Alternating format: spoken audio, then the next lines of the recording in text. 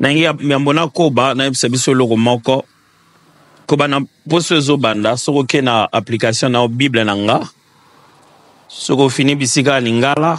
okoti lingala omona Bible mobimba Bible ya 40 jours nene o méditer puis omona na seba komi Mateya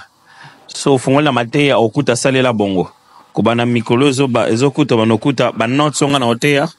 o manokuta nkuna na ba notes ya Mateya kala osi na te ya salela bongo akala so fungol kuna banokuta ngo malam beti okuta pe na mungongo nazo expliquer kuna na kati pour que Mateya tika malam donc so za na application Bible nanga te télécharger ngo za bien so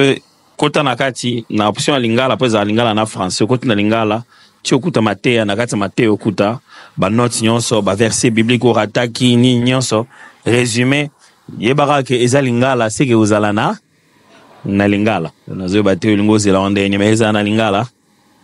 na kati wana donc so za na application Bible nanga te télécharger ngo za bien